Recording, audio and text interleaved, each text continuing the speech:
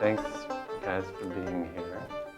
And you for just walking in courageously into you have no idea what yet. Exactly. So what I was thinking, I just erased the stairwell. I was thinking of actually jumping out there and erasing the little title thing that says leaving a mark, just so that I have all the artwork now in the room with us and not part of my awareness out there in the hallway. And then if you guys have questions, and I'll answer yours. So maybe I'll start by answering your question. Why not? And you actually said you could shellac it, right? Right. Well, technically you actually can't shellac it and preserve it. The only way to preserve chalk over time is to put it behind glass. So for me, for a lot of years, it's like, wow, maybe I could make a better living if I was actually preserving my artwork and selling originals rather than I make artwork and then I erase it, and then there's no value anymore, it's just gone. But I didn't like the glass in front. The whole idea of putting something between the viewer and the artwork, like a wall and the reflections, I just wanted the raw artwork to be in contact with. So there is glass that actually you can't even tell it's there anymore, so I use that museum glass. But for something like this, and it seems so apt for the moment, like the murals that I did outside, the 3 painted murals along Broadway, were at the very beginning of everything is happening before quarantine. Well, Yeah. we were talking about it around there. And for me, the whole thing was about breathing, like going through this thing, and we're all holding our breath in anticipation and fear of what in the world is happening. Like something is happening and we don't know what it is or what it means. And so that depiction is just the freedom of being able to breathe. Another way I could say it is like, I end up holding a lot of tension just through living my life, and it goes up through my head, I get headaches. So just a breath in and a breath out and relaxing is one of the most important things for me. So the question, why can't we keep it forever? Like, why not? It's like, if we hold our breath, like let's actually do it. Like everybody breathe in. And just hold your breath. It feels good, right? It feels good until it starts to not feel so good. And then you get it to a point where you breathe out, and it feels good, right? And you hold your breath out. It feels good for a moment until it's like, I need to breathe in. And that's the whole thing. Like we are designed as beings to breathe in and out, not to breathe in and only in, not to breathe out and only out, not to have these thoughts and only these thoughts, or these opinions and only these opinions. But the capacity of us as human beings is that we can stretch and feel into multiple perspectives, multiple different people's feelings and hearts and ideas. And that's as natural as breathing, that it takes both. If we only did one, we'd die. If we only did the other, we would expire. So for me, to do artwork, to create something where there was nothing is like, I don't even know, it could be the inhale or exhale, but it feels like the inhale, and it's full, and it holds for a minute, and we held this for a little longer than we thought we would in a few months. And then this moment today is the exhale, it's the letting go, which, yeah, is some kind of a death of a vision of something in preparation for whatever's going to happen in this room next, which is another inhale and then another exhale through to the end of time. So, yeah. So the short answer is because it's nature, it's who we are. And for me, making art as important as what I drew up here is the process of bringing it in and letting it go. So, yeah. Thank you. Yeah. So I'm going to step out there. I can put my mask back on if you want to follow me, or any of you. This will be quick, and I'll then come around the corner. So whatever y'all like.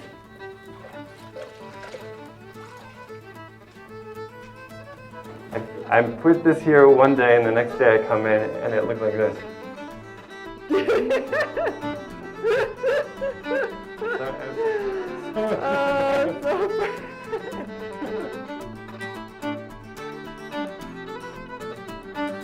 There we go. It's official.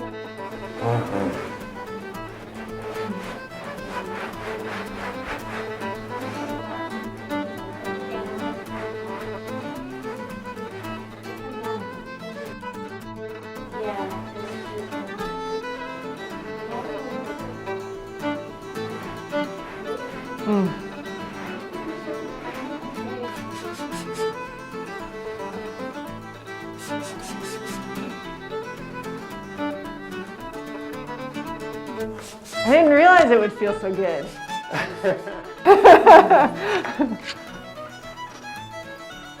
I figured I'd cry, and I might, but.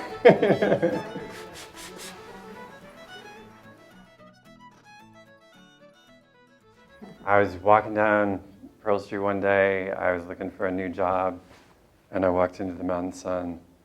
They were hiring. It's a brew pub, and so waiting tables there for a while, and then they have a chalkboard, and someone said, "Hey, do you want to make a picture on this chalkboard?" Because other people had.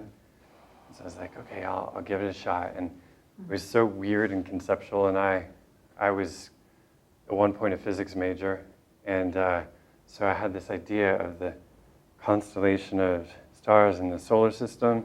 Is this what you're talking about? Mm-hmm. Okay. But instead of planets and suns and stuff, it was cheeseburgers and pints of beer. So it was like, I don't know where I came up with such a non-genius idea. But, and technically it was terrible because I'd never used chalks before. No, that's not true. I worked at Ben & Jerry's prior to that. Wow. And those are my first chalkboards. They have two chalkboards on the other side of their front door. Yeah. So I used to draw ice cream. So that's where I started, in a way, my artistic career. And then kept it going at Mountain Sun. And yeah, it was awful. And yeah, I couldn't wait to erase it. I wanted to erase it as soon as I was done.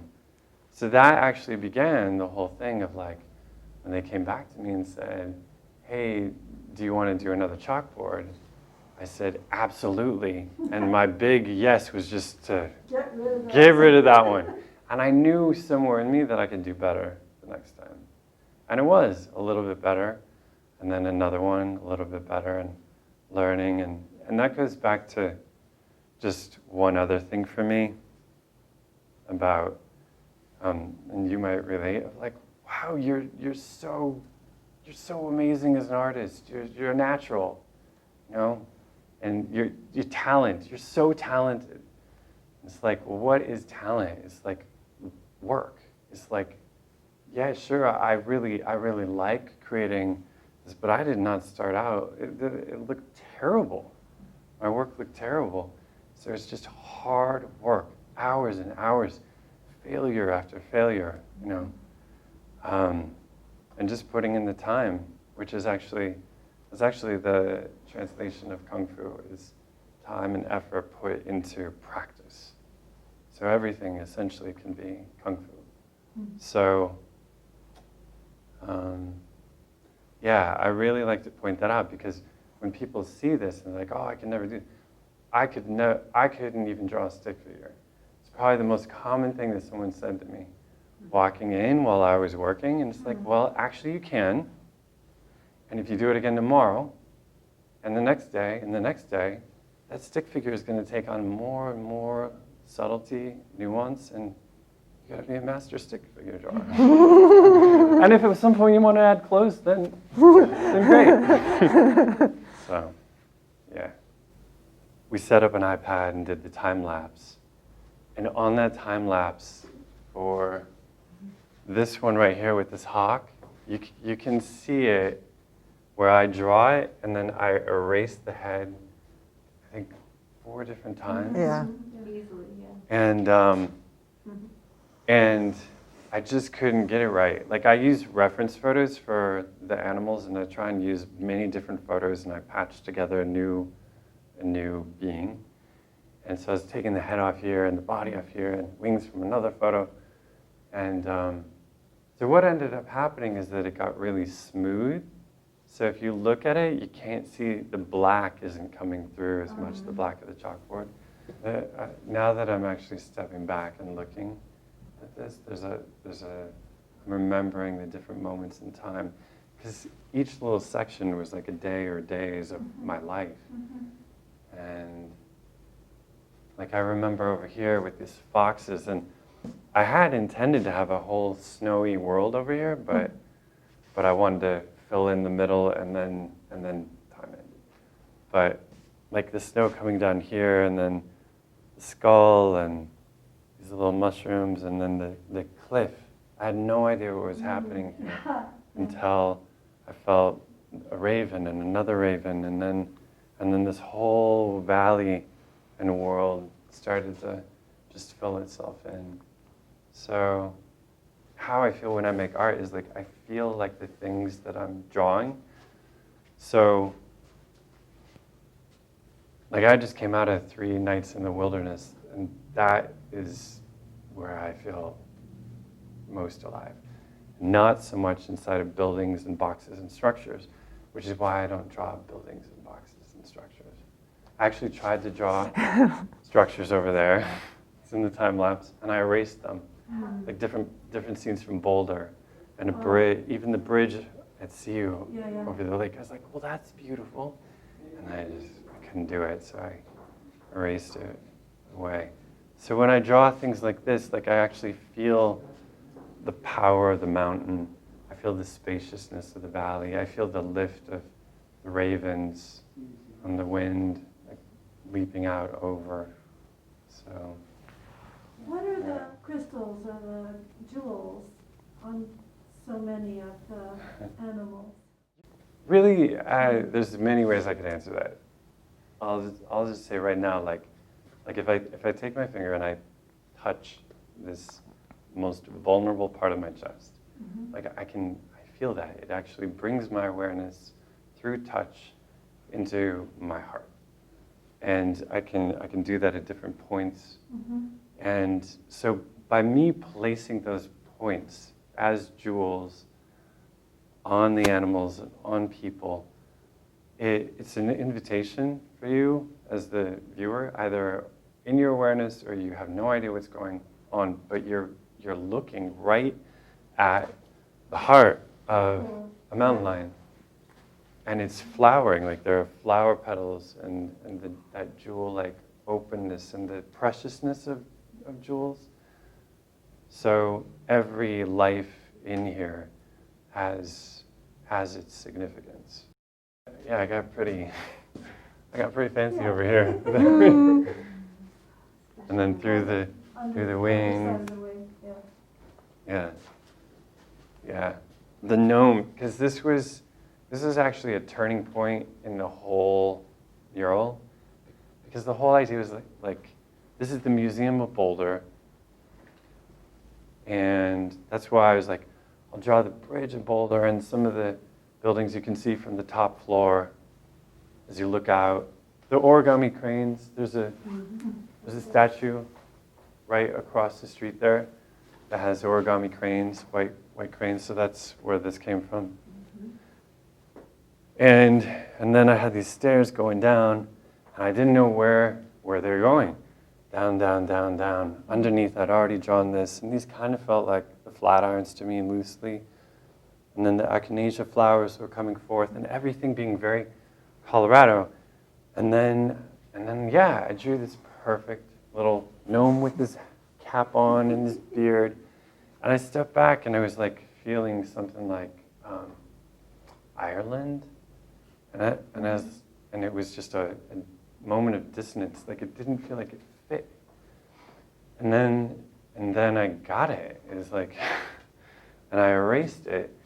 And I drew this little, like, I wasn't exactly sure what it was, but a small being, a native being right under all this life that's coming out and the Flatirons and the people who were living here a few hundred years before all of this. And then I'd already drawn these. This was like the first thing I drew, and these mourning doves and the arrows. So suddenly the arrows were like, whoosh, found themselves right here. And then the last thing that I had was the centerpiece, and I didn't know what it was going to be. I didn't know what I was going to do. Like moment to moment, day to day, I didn't know what was going to happen.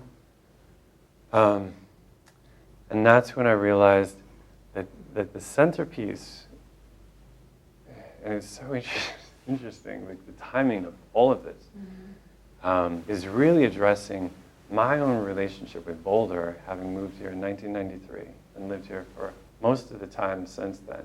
And the unease that I feel about the land I'm on, the land I'm walking through, the fact that I go up every year on my birthday up into the mountains to this lake that I've been told that the Ute Indians would go to for vision quests. Yet I've never seen a Ute Indian up there. I've never encountered one, but I go and I'm part of this beautiful land, this beautiful place.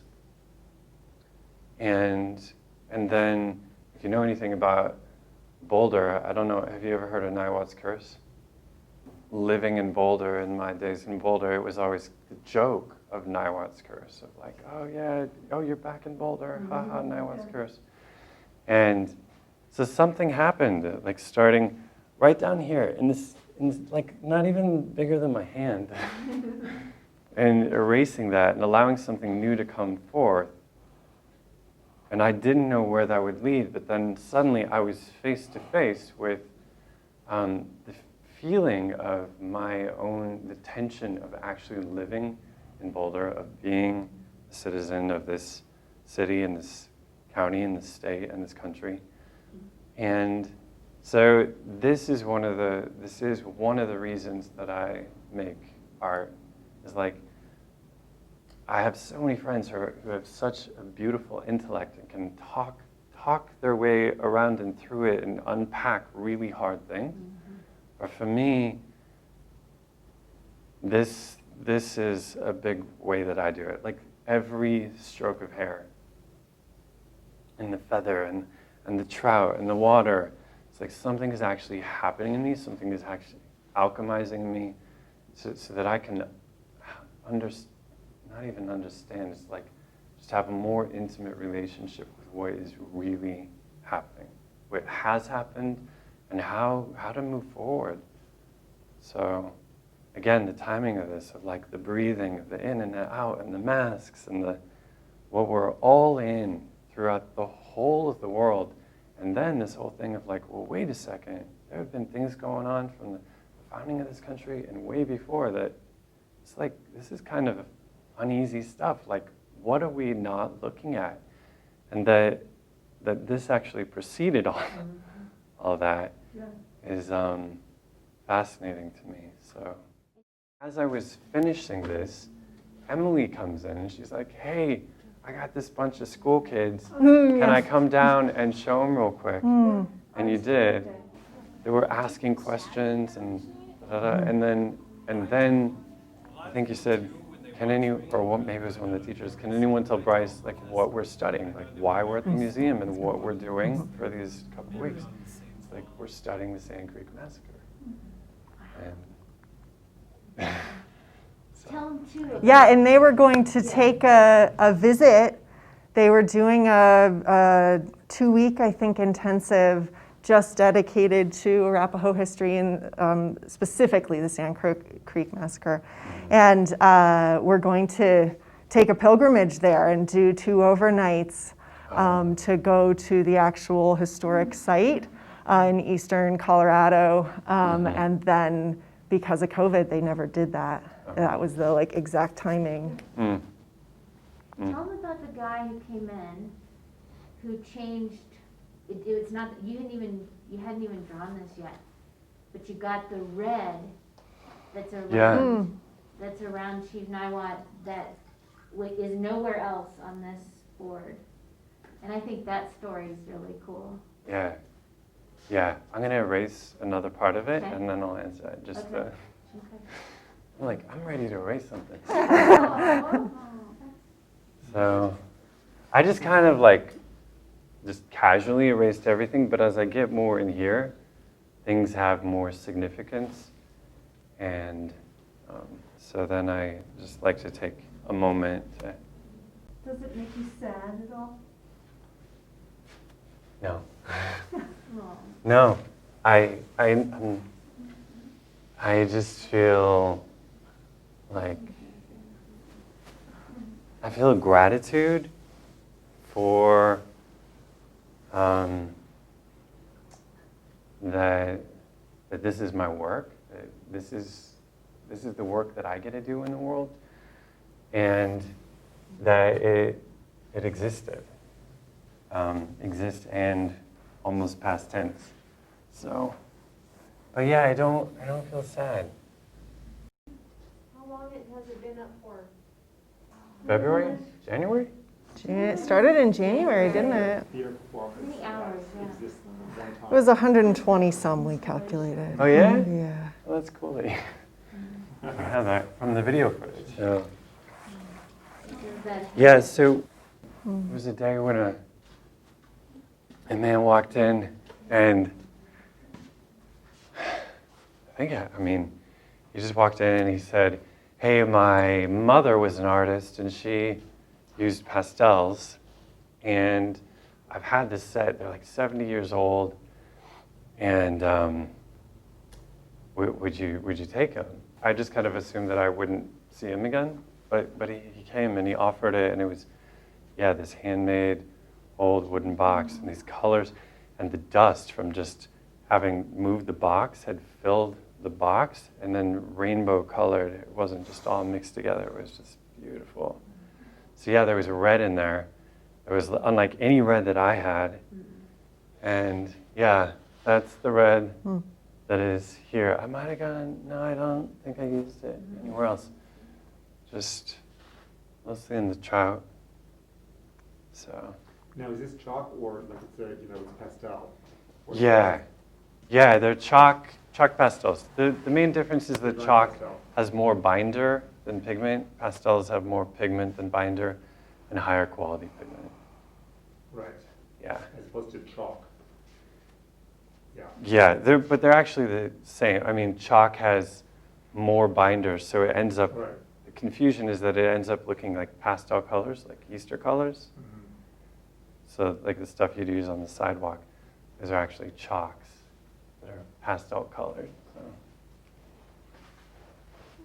Bryce, you used to blend more when you would draw for Alexander, and then something happened one time, and I think that's a pretty cool story. Yeah, what happened is I was working at the Southern Sun on a chalkboard, and it was just the way that the chalk paint had gone on the surface. When I put the chalk on, I just couldn't get it to stick. I was so frustrated with it. It was like trying to work chalk on glass. Yeah. So I just started like hitting the blackboard with the chalks, and then noticed, wow, it's actually kind of sticking. So I did that, and it created these lines. And then as I went to another chalkboard that actually took the colors more, it's like, actually, I really like this whole thing of like yeah. And it became more like chiseling, like chiseling a mountain, like hatching the hatchwork.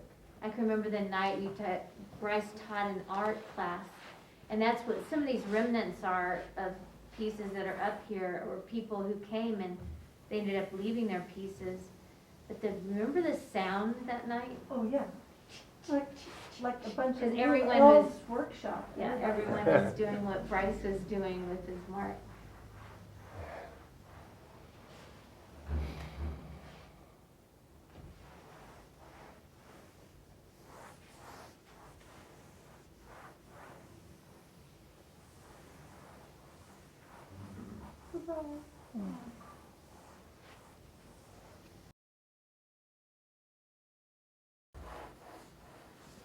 I also, one of the things I like to do is leave areas of the chalkboard rather than fill it all in, because then, I don't know, it's kind of like looking up at the night sky and you see the stars, and you can get so fixed on the stars and the constellations, and what does it mean? Oh, that's a scorpion. But then behind it is just the void of space, which is the vast majority of what we're seeing as we look up. And that emptiness, or the pregnant void, or where everything is coming from, like I like the visual reminder that's it's kind of like there's breathing, the breathing in and the breathing out, but then there's the ground below it, or where the breath comes from, rather than just getting fixated on. And maybe that's partly why I don't get sad. I don't feel the sadness because I feel where it's coming from, which is inexhaustible and forever. So.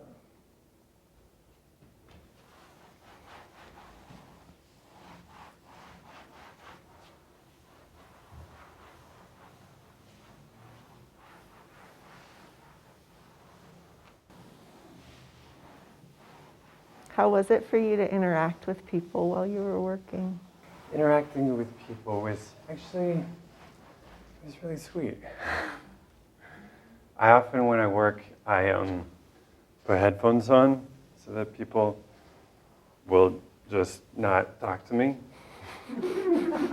I'm usually listening to music. Sometimes there's nothing.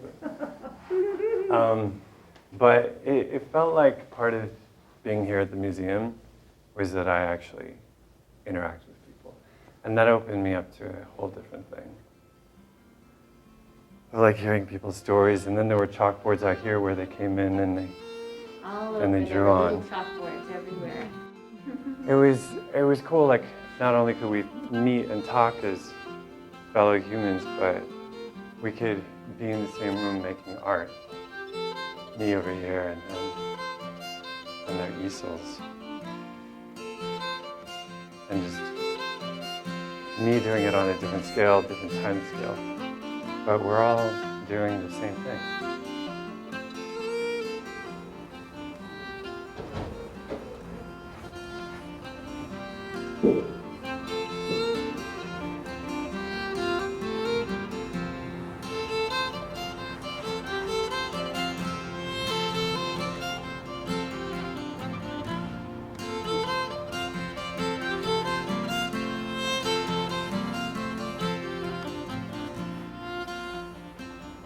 Talk about who that is. My daughter was the model for this, for the girl.